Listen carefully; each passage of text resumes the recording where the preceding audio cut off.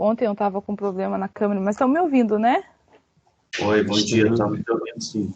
Deixa eu Então tá. Quer que eu compartilhe a apresentação aqui? Sim, acho que já dá para ir compartilhando, né? Bom, eu sou a Gisele, então a gente foi convidada pelo professor Edmilson, né, para estar apresentando hoje o Boaventura de Souza Santos, então junto com o André e com a Rosiclé. A gente vai estar entrando no nosso terceiro módulo, né, da disciplina, elementos constitutivos das outras epistemes, e a gente vai apresentar o Boaventura através do seu livro, né, O Fim do Império Cognitivo, a afirmação das epistemes das epistemologias do Sul. Então, a gente vai trazer um pouquinho da introdução, do capítulo 1, do capítulo 7 e da conclusão.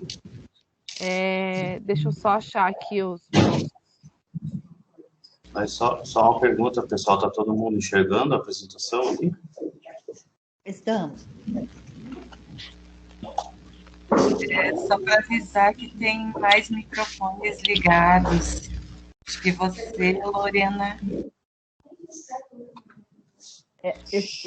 Eu desliguei agora, porque esse barulho não é aqui em casa. Não é? Mas eu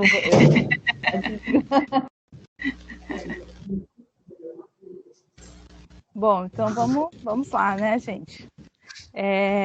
Pode passar, André, para o próximo slide, por favor.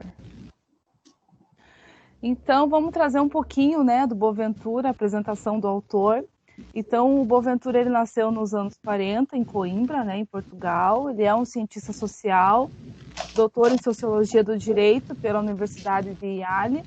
E ele é um senhor de 79 anos que está na ativa, né? É professor catedrático jubilado da Faculdade de Economia da Universidade de Coimbra e é também um estudioso de Direito da Universidade de eu sou péssimo em inglês, gente. Wisconsin-Madison. E é diretor emérito do Centro de Estudos Sociais da Universidade de Coimbra e também coordenador científico do Observatório Permanente da Justiça Portuguesa. Pode passar, André. Então, né, vou falar um pouquinho das vivências que constituíram, né, o pensamento do Boaventura. Então, ele viveu parte de sua vida, né, principalmente a infância e a juventude em Portugal, né, sob o regime da ditadura. Ele fez o curso de Direito em Coimbra, militando muito nessa época no movimento católico progressista. Né? Mais tarde ele rompe com esse movimento católico, né, pelo conservacionismo da Igreja Católica em Portugal, nessa época, e vai para Berlim estudar filosofia. No final da década de 60, ele vai para os Estados Unidos, onde ele faz o doutorado em Sociologia do Direito, né, desenvolvendo seu trabalho de tese com o pluralismo jurídico nas favelas, mais especificamente na favela do Jacarezinho, no Rio de Janeiro, isso no início dos anos 70, né? Abrindo assim caminho para a construção do direito alternativo. Segundo o próprio Boaventura, né, essa mobilização estudantil nos Estados Unidos durante o doutorado e a experiência na favela do Rio de Janeiro constituíram grandes escolas, né, da vida para ele. E aí no seu livro, Um Discurso sobre as Ciências, que foi lançado em 87, ele bate de frente, digamos assim, com o paradigma da ciência moderna, né? Propondo um outro paradigma, uma outra racionalidade, a ciência pós-moderna. O pós-modernismo de Boaventura, ele é totalmente distinto do pós-modernismo dominante, né? Que circulava na Europa e nos Estados Unidos. Então, para demarcar essa distinção, ele passa a denominar a sua construção do seu pensamento, de pós-modernismo de oposição, de natureza emancipatória, numa perspectiva mais pós-colonial e pós-imperial. Só que essa definição de pós-moderno, ela não define muito o pensamento de Boaventura, né? E esse pós-moderno de oposição não ficou bom, segundo ele mesmo, né? Assim, nos anos 2000, Boaventura ele passa a chamar essa construção do seu pensamento de epistemologia do Sul, né, como um novo paradigma que desperta outra racionalidade, né, muito mais ampla e abrangente, que seja capaz de perceber os valores e a diversidade da experiência social, né, em todo o mundo. O próprio Boaventura, ele fala que a epistemologia do Sul, ela assenta-se em 3 orientações, né? Aprender com o Sul, aprender ir para o Sul, aprender a partir do Sul e com o Sul. E aí ele se declara nessa formulação de estar, né, de aprender, de estar, de ir para o Sul, ele se declara um alto cidadão do mundo, né? Porque ele perpassa pelas epistemologias, pela sociologia do direito, pela sociologia política, pela teoria pós-colonial, democracia, interculturalidade, globalização, movimentos sociais e direitos humanos. Então, todas as suas obras, vários livros escritos, eles perpassam por essas questões, né? E desde o início da sua militância, ainda em Portugal, né, continua em Portugal, e depois coordenando diversos projetos sociais em Portugal, no Brasil, na Colômbia, Moçambique, Angola, Cabo Verde, Bolívia, Equador, né, fez deles esse cidadão do mundo, apresentando esse sul epistemológico, né? Pode passar o slide, por favor. Agora vamos apresentar um pouquinho da obra em si, né? Quais foram as conjunturas, né, dos escritos dessa obra, né? Então, esse livro ele foi elaborado durante e depois do projeto Alice, Espelhos Estranhos e Lições Imprevistas. Esse foi um projeto do Centro de Estudos Sociais de Coimbra, que foi coordenado pelo professor Boaventura, entre os anos 2011 e 2016. As pesquisas desenvolvidas na África do Sul, no Brasil, na Colômbia, na Índia, Moçambique, em Portugal, durante esse projeto, gerou, né, os escritos desse livro.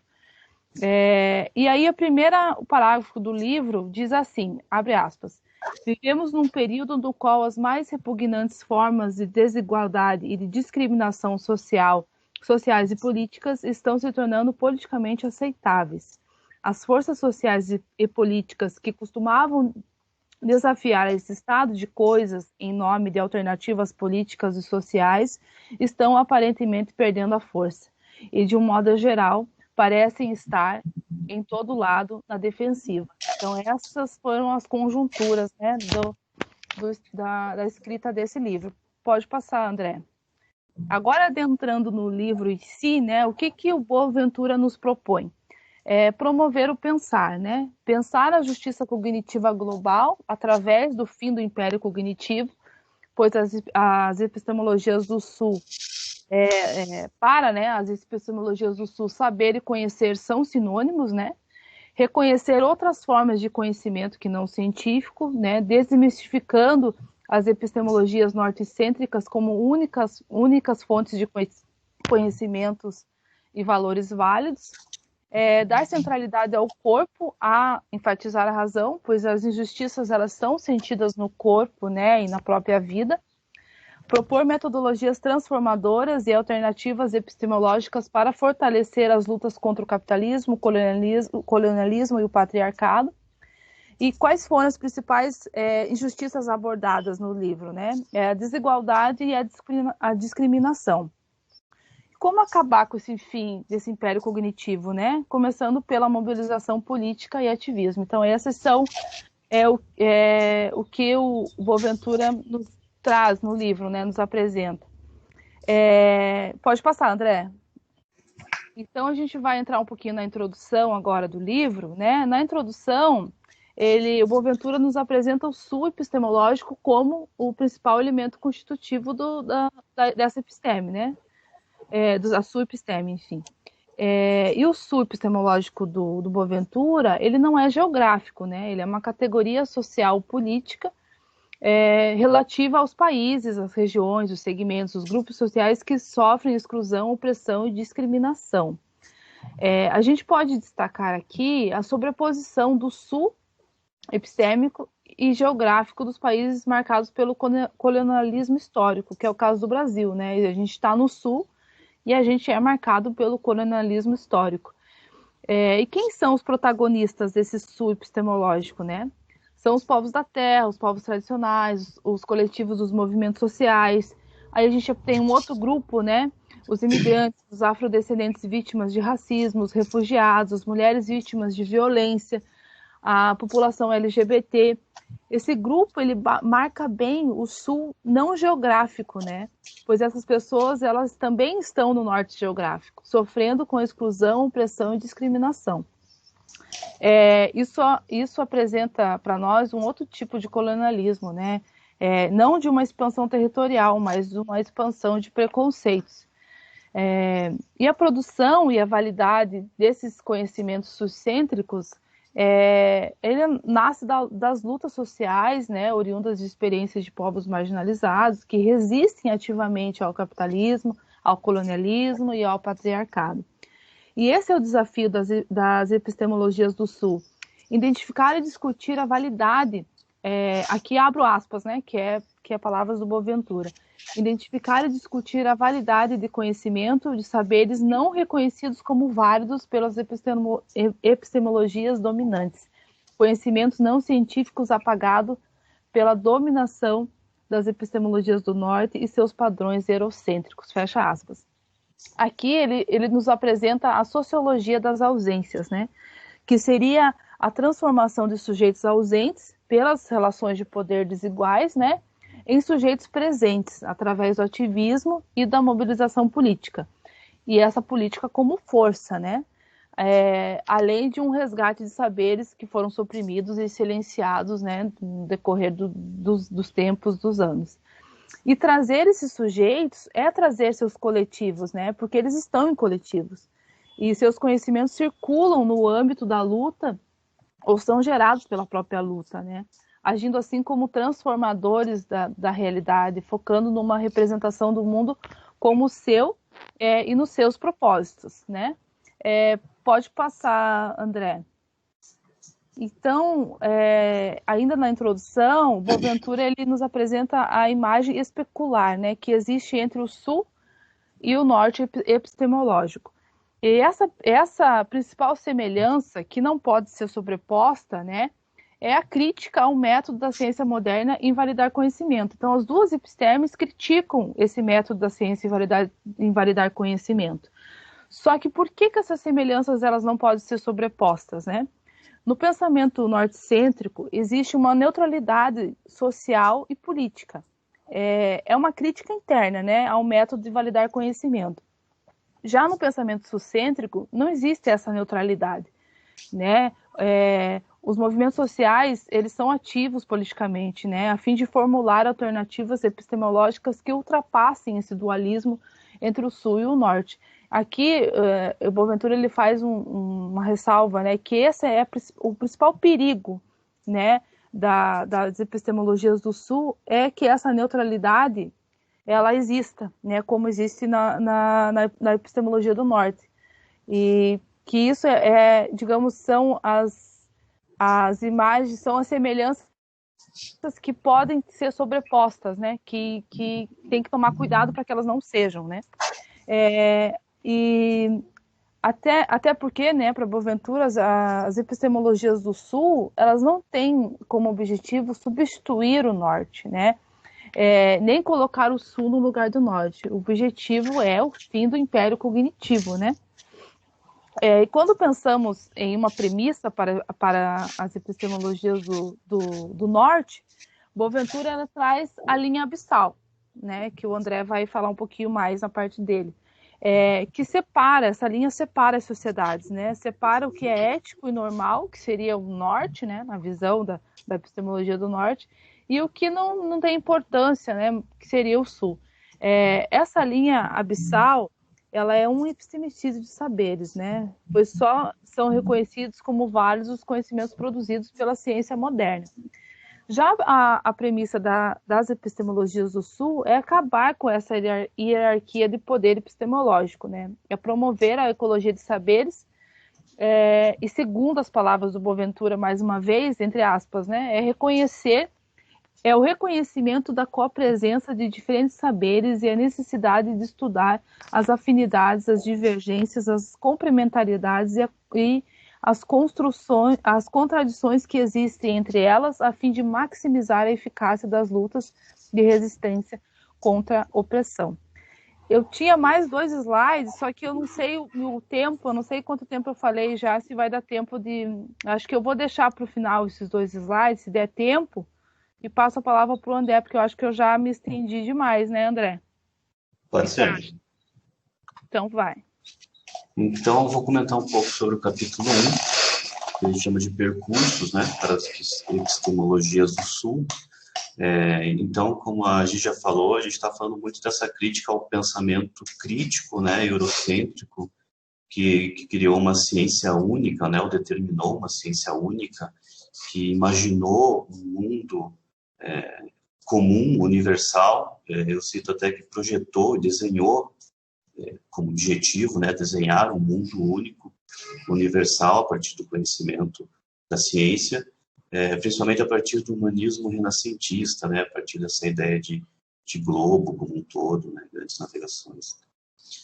Bom, segundo Santos, o primeiro passo para reconhecimento dessa, ou seja, a gente tem então essa colônia, né, esses dominadores e essa colônia. E o primeiro passo, segundo Santos, para reconhecer a categoria humana dessa colônia seria o reconhecimento da linha abissal, né, que é essa linha que separa, que cria essa exclusão social, né. Então, a linha abissal é um conceito apresentado no livro que determina um limite entre a sociabilidade da metrópole, né, que seria determinadora do conhecimento, e a colônia, né, que seriam onde estariam os sub-humanos, necessários para a humanidade e para a produção do conhecimento dentro de um molde moderno, mas não reconhecidos como categoria pensante pela metrópole. Então, é a linha que separa esses 2 mundos, vamos dizer assim. Então, essa linha abissal, ela pode se caracterizar como geradora de exclusões, e aí no livro ele cita essas exclusões podem ser abissais e não abissais, são 2 tipos de exclusões geradas pela linha abissal, né? Uma exclusão não abissal seria uma exclusão onde existe reciprocidade.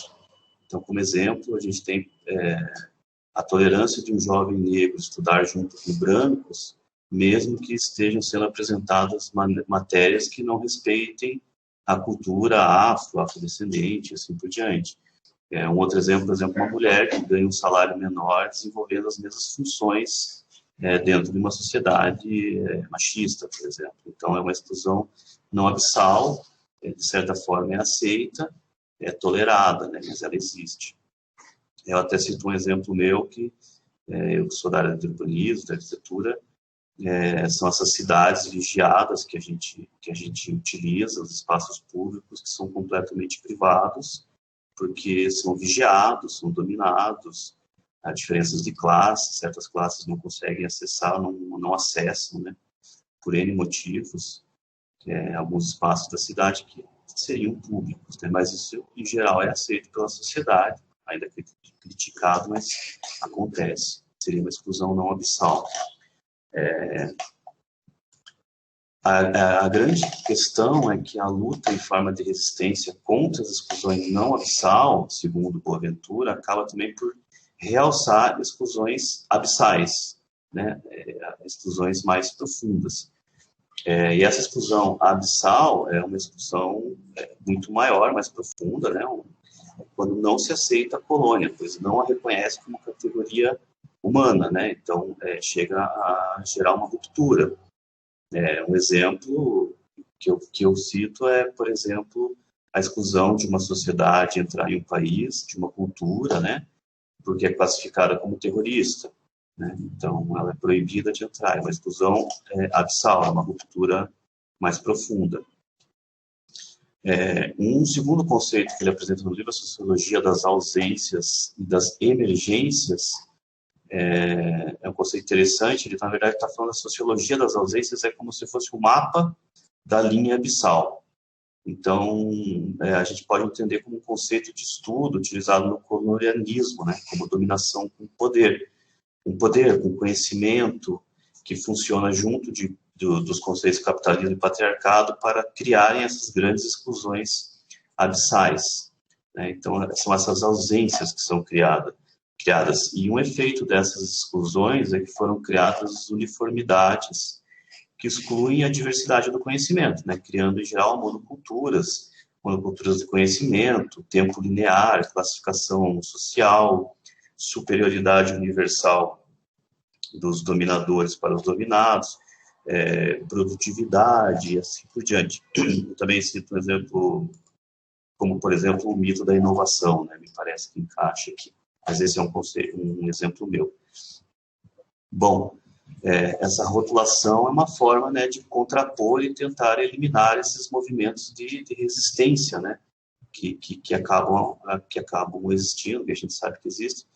E eu até cito um outro exemplo aqui do livro da urbanista Raquel Roine, ela critica muito essa necessidade de você documentar e formalizar a posse da terra, né? Porque a gente tem anos de uso de uma terra, mas ela só é aceita a partir do momento que ela é documentada, com uma série de questões complexas, cartório, burocracias que existem, e é uma forma de rotular isso para criar essa divisão.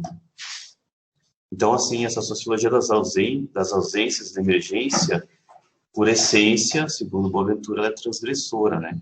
Ela procura demonstrar que com a resistência à luta surgem novas avaliações de condições e experiências concretas que podem ressignificar conhecimentos, subjetividades individuais ou coletivas. Então, segundo Boaventura, a tarefa política mais importante dessa sociologia seria tornar possível a passagem de vitimização, né, vítima, à resistência, com o objetivo de deslegitimizar esses mecanismos de opressão.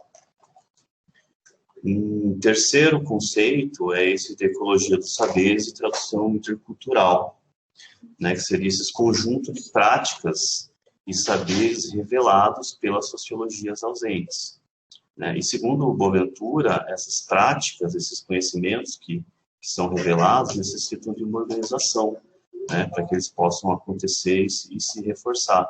Primeiro seria um momento de identificação, né, que contextos que eles atuam, quais as reivindicações, quais as lutas sociais, e assim por diante.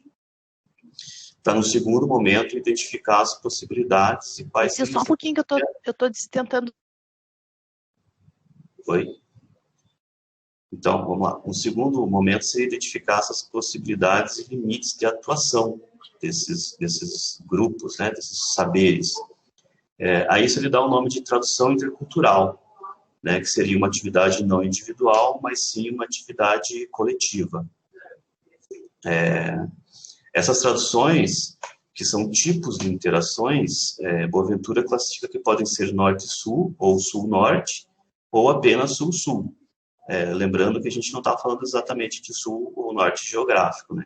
Então, aqui é importante notar que não falamos de um conhecimento determinado, mas miscigenado por séculos de relacionamento, e que ainda são dotados, isso é importante, Boaventura cita que ainda são dotados de alguma identidade, né?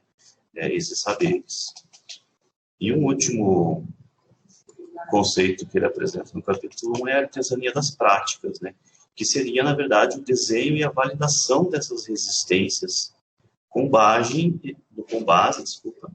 em uma epistemologia do Sul.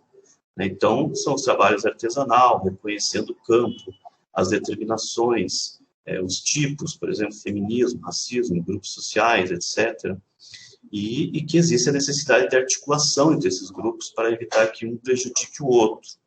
Então, aqui exemplos são grupos indígenas que não se conheciam, estando próximos dentro da Amazônia, e foram se conhecer, por exemplo, no Fórum Social de Belém, de 2009. É um exemplo bem conhecido. O próprio Boaventura cita um exemplo de camponeses lutando contra indígenas, só que, no caso, os dois são vítimas de uma exploração neoliberal ou de expansão territorial. Então, as duas são vítimas e os dois estão lutando um contra o outro. Então, que existe essa necessidade de articulação desses grupos para que isso ganhe força.